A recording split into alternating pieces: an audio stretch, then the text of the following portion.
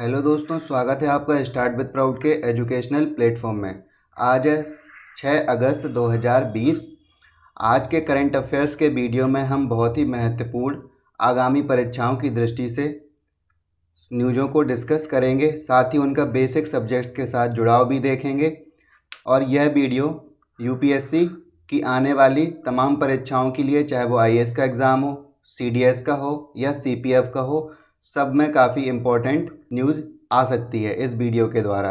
साथ ही state PCS, चाहे वह यूपी पीसीएस हो, एसएससी, बैंक, रेलवे के हिसाब से भी फैक्चुअल क्वेश्चन को इस वीडियो में हम डिस्कस करेंगे।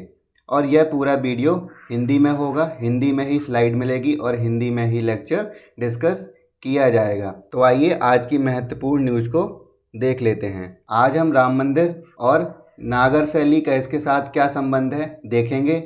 मंदिर निर्माण में नागर शैली कैसे यूज होगी और नागर शैली होती क्या है यह देखेंगे। उच्च शिक्षा वित्त पोषण एजेंसी हैफा के बारे में पूरी जानकारी लेंगे। राइस 2020 के बारे में जानेंगे और आंध्र प्रदेश की 3 राजधानियों की लोकेशन वाइज देखेंगे। H1B वीज़ा क्या है और यह किस देश के द्वारा दिया जाता है, साथ ही कितने प्रकार के वीज़ा यूएसए की सरकार के द्वारा दिए जाते हैं। परिवार पहचान पत्र पीपीपी योजना किस राज्य ने शुरू की। NGC 2899 क्या है। एक मास्क अनेक जिंदगी अभियान किस राज्य सरकार के द्वारा शुरू किया गया और बेरूत हमला किस देश में हुआ, लोकेशन देखेंगे। तो आइए आज की न्यूज़ को डिस्कस करते हैं। सबसे पहले एक क्वेश्चन डिस्कस करते हैं जो कई परीक्षाओं में पूछा गया है कि समाचारों में रहने वाली नागर, बेशर और द्रविड़ शैलियों से क्या तात्पर्य है। जब भी कभी किसी मंदिर का निर्माण होता है तो वह किसी न किसी शैली में तो होता ही है। तो अब राम मंदिर और नागर शैली का क्या जुड़ाव है। सबसे पहले आप ये राम मंदिर का मॉडल देख लीजिए, मैं आपको बड़े फिगर में दिखा देता हूँ। ये देखिए राम मंदिर का मॉडल, और मंदिर निर्माण की 3 शैलियों को भी आप सबसे पहले देख लीजिए। ये है नागर शैली, ऐसे मंदिर बनते हैं। ये है द्रविड़ शैली। देखो तीनों का स्ट्रक्चर बिल्कुल अलग अलग ही होगा क्योंकि ये अलग अलग क्षेत्रों में ही बने हैं, अभी अपन डिस्कस करेंगे पूरा। ये है बेसर शैली। ये आप इसके मंदिरों को देख सकते हैं कि स्टाइल इसकी बनाने की ऐसी है। अब ये खबरों में इसलिए है क्योंकि हाल ही में अयोध्या में राम मंदिर को नागर शैली में बनाने की आधारशिला रखी गई। शुरुआत मंदिरों की देख लें कब और कैसे हुआ, तो मौर्य काल से मंदिर निर्माण की प्रक्रिया का आरंभ होता है। अब मौर्य काल के महत्वपूर्ण राजाओं को आप देख सकते हैं, उनके द्वारा चलाई गई नीतियों को अपन इसको हिस्ट्री वाले लेक्चर में कंप्लीट करेंगे। किंतु आगे चलकर उसमें सुधार होता गया और गुप्त काल को संरचनात्मक मंदिरों से पूर्ण माना गया। अब संरचनात्मक मंदिर क्या होते हैं, मतलब किसी संरचना का निर्माण हो, जैसे कि ये देखिए संरचना का निर्माण हो रहा है, ठीक है, तो इसी को संरचनात्मक। अब इसके भी कई प्रकार होते हैं। रॉक कट टेम्पल भी बनते हैं, जैसे ये कोई चट्टान है इसको काट कर रॉक कट टेम्पल बना दिया, ठीक है। जैसे एलोरा का शिव मंदिर है वो रॉक कट टेम्पल का एक एग्जाम्पल है। और फ्री स्टैंडिंग टेम्पल किसे कहते हैं, मतलब कि जो स्वतंत्र रूप से बनाए जाएं, उनको किसी गुफा में या चट्टानों को काट कर ना बनाया जाए, उन्हें फ्री स्टैंडिंग टेम्पल कहते हैं। तो आप ये याद रखिएगा, फ्री स्टैंडिंग टेम्पल और रॉक कट टेम्पल, ठीक है। दोनों का ही उदाहरण हमें पल्लव काल के मंदिरों में देखने को मिलता है। तो आप ये याद रखिएगा, कुछ मैं एक्स्ट्रा जानकारी भी बीच बीच में देता रहता हूँ जो एग्ज़ाम की दृष्टि से इम्पोर्टेंट हो जाते हैं।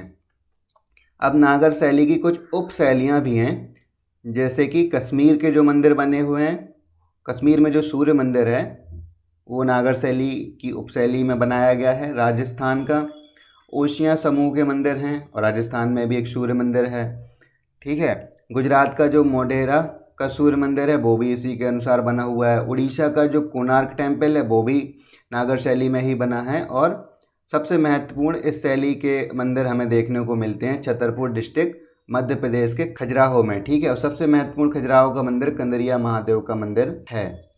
आइए अब नागर शैली के बारे में कुछ महत्वपूर्ण जानकारी ले लेते हैं। सबसे पहले तो हम ये देखेंगे कि नागर शैली का आखिर स्थान कौन सा है। यह हिमालय से लेकर विंध्य क्षेत्र, मोस्टली देखें तो नॉर्थ इंडिया में ही इनके मंदिरों को पाया जाता है। उसके बाद फिर बेसर आते हैं, फिर लास्ट में द्रविड़ मंदिर आते हैं। साउथ इंडिया में। ठीक है, चूँकि आज के वीडियो नागर शैली पर केंद्रित है इसलिए हम इसी को डिस्कस करेंगे। नागर स्थापत्य के मंदिर मुख्यतः नीचे से ऊपर तक आयताकार रूप में निर्मित जगती एक खुले मैदान के प्रांगण में बनाया जाता है। देखिए ये मतलब कि ऐसा नहीं है कि इसको चार दीवारी से घेरा जाए, ये एकदम खुला मैदान होगा और एक आयताकार, देखिए आयताकार जो है, आयताकार भी हो सकता है, वर्गाकार भी हो सकता है, ऐसे प्लेटफॉर्म के ऊपर बनाया जाता है। और आप यहाँ पे भी आप देख सकते हो ये ऐसे स्ट्रक्चर जो बनता है। ठीक, तो एक ये शब्द आप याद रखना, आयताकार रूप में निर्मित होते हैं नीचे से ऊपर की ओर, इसको हम जगती कहते हैं।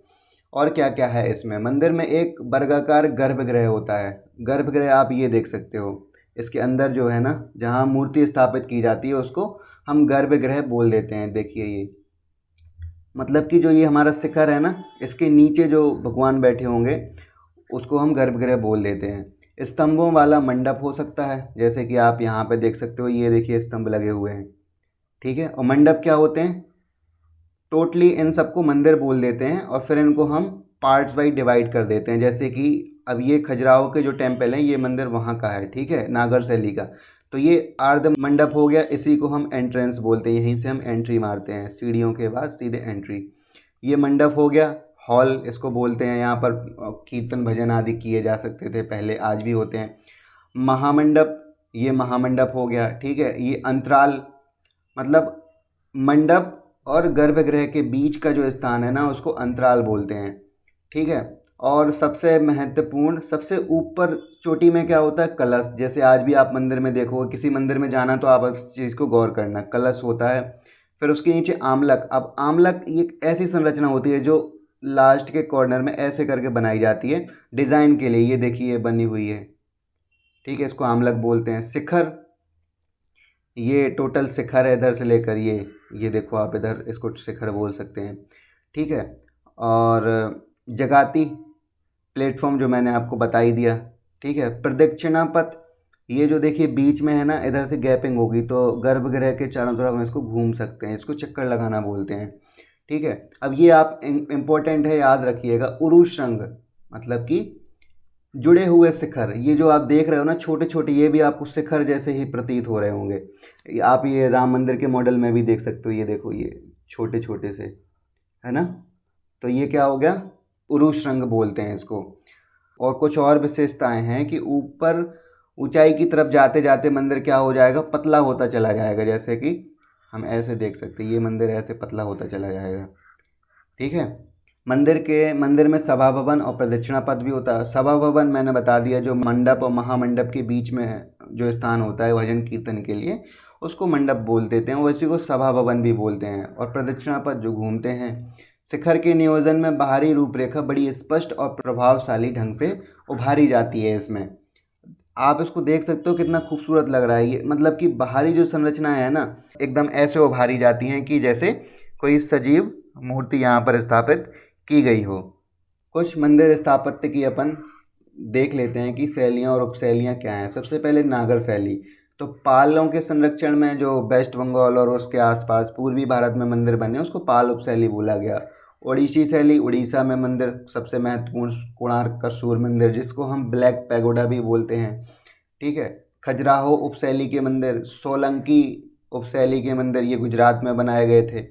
ठीक है, तो आप ये देख सकते हो खजुराहो का ये जो मंदिर है ना सबसे फेमस मंदिर है, कंदरिया महादेव का मंदिर। और ये साथ ही साथ और मंदिरों को आप देख सकते हो, सारे ही नागर शैली में बनाए गए हैं। अब द्रविड़ शैली के मंदिरों को देख लेते हैं। द्रविड़, अगर आपसे क्वेश्चन में पूछ लिया जाए कि द्रविड़ शैली को किस राजवंशों ने संरक्षण दिया, तो पल्लव, चोल, पांड्य, विजयनगर और लास्ट में नायक। ठीक है, इन सब ने इनको संरक्षण दिया था। बेसर शैली को राष्ट्रकूट, चालुक्य, काकतीय, होयसाल, इनको इन्होंने दिया था। तो अगर आपको कन्फ्यूजन हो ना तो आप ऐसे याद रख सकते हो, उत्तर का तो पता रहेगा नागर। ठीक है, अब जो बेसर बीच में होगा, बा से बेसर, बा से बीच, तो ये बेसर बीच में हो गया और लास्ट में द्रविड़ हो गया। ठीक है, और आप ये सारे के सारे राजवंशों को इसमें देख सकते हो, इसको यहाँ पर देख सकते हो। आइए नेक्स्ट न्यूज़ को डिस्कस करते हैं। कल एक बहुत ही दर्दनाक हादसा हो गया लेबनान की राजधानी बैरूत में। ठीक है, यह लेबनान की राजधानी भी है और देश का सबसे बड़ा शहर भी है बेरूत, और यह भूमध्य सागरीय तट पर स्थित है। बेरूत एक महत्वपूर्ण क्षेत्रीय बंदरगाह भी है। इसके पड़ोसी देश सीरिया हैं और इजराइल हैं। अभी हम इसको मैप में भी देखेंगे। इसके चर्चा का कारण यही है कि एक बड़े विस्फोट ने राजधानी बेरूत के बंदरगाह क्षेत्र को तबाह कर दिया। यह धमाका एक गोदाम में असुरक्षित तरीके से रखी अमोनियम नाइट्रेट के कारण हुआ है। ठीक है, आइए अब इसकी लोकेशन को देख लेते हैं, क्योंकि लोकेशन किसी भी एग्ज़ाम के लिए बहुत ही महत्वपूर्ण हो जाती है। आईएएस के एग्ज़ाम में तो काफ़ी बार लोकेशन से ही संबंधित क्वेश्चन पूछे जाते हैं और इस क्षेत्र से संबंधित तो कई बार प्रश्न पूछे गए हैं। तो आइए इसको देख लेते हैं। सबसे पहले ये है लेबनान, ठीक है, इसकी राजधानी बेरूत, यहीं पर ये हमला हुआ। इसके नीचे जैसा कि अपन ने डिस्कस किया पड़ोसी देश कौन सा है, इजराइल, ठीक है, और सीरिया, इन दोनों से इसकी सीमाएं लगती हैं। जॉर्डन के पास भूमध्य सागर में कोई एक्सेस नहीं है, ठीक है, और ये सीरिया आप देख सकते हो, सीरिया का अलेप्पो शहर काफ़ी न्यूज में रहता है। और ये इराक के आपको शहरों को देख सकते हो, इसमें इरबिल, मोसूल, बगदाद, और ये है सुएज़ कनाल। अब अमोनियम नाइट्रेट के बारे में कुछ जान लेते हैं। यह एक रंगहीन, गंधहीन और क्रिस्टलीय पदार्थ होता है। यह जल में अत्यधिक घुलनशील भी है। जल में घुलित अमोनियम नाइट्रेट के घोल को गर्म करने पर यह नाइट्रस ऑक्साइड में बदल जाता है। नाइट्रस ऑक्साइड जिसको हम लाफिंग गैस भी बोलते हैं, ठीक है। इसे आमतौर पर अगर एक क्वेश्चन अलग से आ जाए आपके में कि लाफिंग गैस का रासायनिक नाम क्या है, तो नाइट्रस ऑक्साइड। इसे आमतौर पर उर्वरक के रूप में हम यूज़ करते हैं, लेकिन कई दशकों से इसका यूज़ औद्योगिक विस्फोटों का कारण भी ये कई बार बन जाता है। ये अभिक्रिया कर लेता है और उसके बाद ये विस्फोट हो जाता है। जैसे कि अमोनिया का रासायनिक सूत्र आप देख सकते हो NH3, और जब ये नाइट्रिक एसिड यानी कि HNO3 के साथ रिएक्शन करता है तो हमें अमोनियम नाइट्रेट मिलता है। तो किसी एग्ज़ाम में ये पूछा जा सकता है। आप यहाँ पे कुछ और इसके महत्वपूर्ण शहरों को देख सकते हो। ये है त्रिपोली, ठीक है, बेरूत, टायरे, ये काफ़ी इंपॉर्टेंट शहर हैं इसके। आइए अब नेक्स्ट न्यूज़ को डिस्कस कर लेते हैं। नेक्स्ट न्यूज़ संबंधित है हैफा से, यानी कि हायर एजुकेशन फाइनेंसिंग एजेंसी। यह खबरों में क्यों है? हाल ही में MHRD के अधीन हैफा द्वारा जवाहरलाल नेहरू यूनिवर्सिटी यानी कि JNU को नए शैक्षणिक भवनों, छात्रावासों और अनुसंधान केंद्रों के निर्माण के लिए अनुदान दिया गया। अब चूंकि ये न्यूज़ तो ज़्यादा इम्पोर्टेंट नहीं है, लेकिन हाँ जो ये एजेंसी है ना हैफा, ये बहुत ही इम्पोर्टेंट है। किसी भी एग्जाम में इससे रिलेटेड क्वेश्चन पूछा जा सकता है। हैफा को 2017 में बनाया गया था और कंपनी अधिनियम 2013 के तहत मानव संसाधन विकास मंत्रालय, भारत सरकार और कैनरा बैंक के संयुक्त उपक्रम के रूप में इसको शुरू किया गया था। और इसमें अगर भागीदारी की बात कर लें तो MHRD की 91% भागीदारी है और कैनरा बैंक की 9.09% के आसपास। और यह RBI के साथ जमा न स्वीकार करने वाली एक non banking finance company, non deposit के रूप में पंजीकृत है। इसका उद्देश्य क्या है? इसका उद्देश्य यह है कि भारत के प्रमुख शिक्षण संस्थानों को वैश्विक स्तर का बनाने के लिए उसमें रिसर्च एंड डेवलपमेंट के क्षेत्र में बढ़ावा ये संस्था देती है। आइए अब इससे संबंधित एक महत्वपूर्ण योजना को देख लेते हैं। RISE scheme for promote higher education. RISE 2022 शिक्षा में अवसंरचना प्रणालियों को मजबूती प्रदान करना, revitalising infrastructure and system in education, इसी को हम राइज कहते हैं, 2020। यह वित्तीय वर्ष 2018 और 19 के बजट में इसको घोषित किया गया था। राइज के अंतर्गत हैफा का जो दायरा है वह चुनिंदा उच्च शैक्षणिक संस्थानों के लिए अवसंरचनात्मक आवश्यकताओं को वित्त पोषण प्रदान करेगी। तो राइज स्कीम आप याद रखिएगा, ये हैफा के द्वारा चलाई गई है और इसमें रिसर्च एंड डेवलपमेंट के क्षेत्र में शिक्षा को बढ़ावा दिया जाएगा। आइए नेक्स्ट न्यूज़ को डिस्कस करते हैं। नेक्स्ट न्यूज़ संबंधित है आंध्र प्रदेश की 3 राजधानियों से।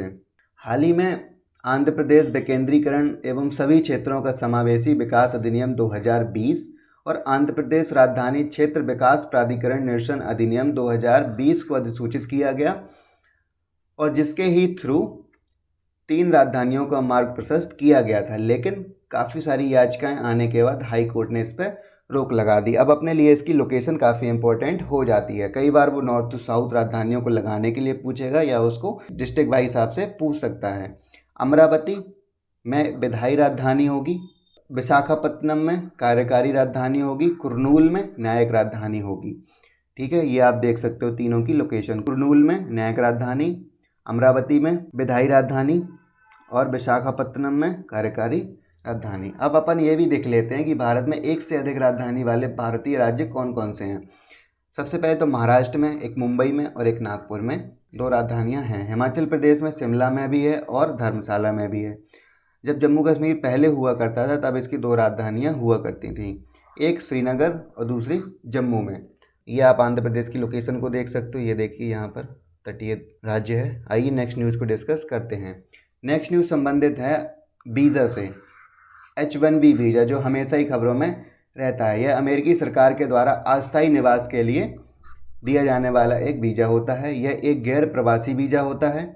किसी विदेशी नागरिक या कामगार को अमेरिका में काम करने के लिए 6 साल के लिए इसको जारी किया जाता है। इस वीज़ा के लिए कर्मचारी को स्नातक होने के साथ साथ किसी एक क्षेत्र में विशेषज्ञ होना चाहिए।